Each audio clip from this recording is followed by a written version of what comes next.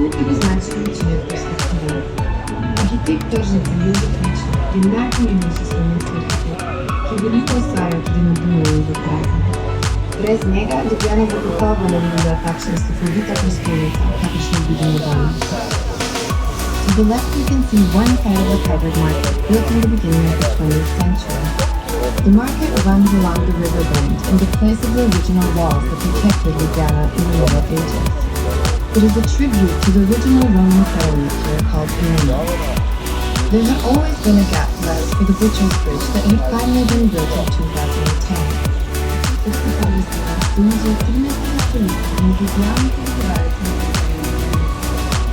Potresi leta 1895 sledila velika finančna podpora, zaradi naraščanja prometa pa naj bi most razširili. Lečnik je dobil zamisel v glavnem mostu in dveh stranskih mostov za pešce. Ograja ima 648 stebričkov, ki so jih ročno spolirali prebivalci Ljubljane. Lečnik je želel povezati urbano arhitekturo Ljubljane z reko in zato vidimo toliko vojb in drugih delišč, pa tudi stopničke do Ljubljanice v tretjem mostu. What you can see now is the triple bridge, also designed by Špica. In fact, the new bridge has been there since the 13th century. Originally, it was wooden. The main connector between the two sides of the river. As the traffic increased and the city of Ljubljana got large commissions after the global earthquake, the bridge was supposed to be expanded. In 1851, he came up with the idea of the two-side pedestrian bridges using a similar style. There are 688 valid streets made of a mix of sand and cement, shaped in marble, that were written cars for many others of Ljubljana at the time. Lečnik also had a goal to connect the urban landscape to the whole region, and so the weekend railroad and other trains were planned.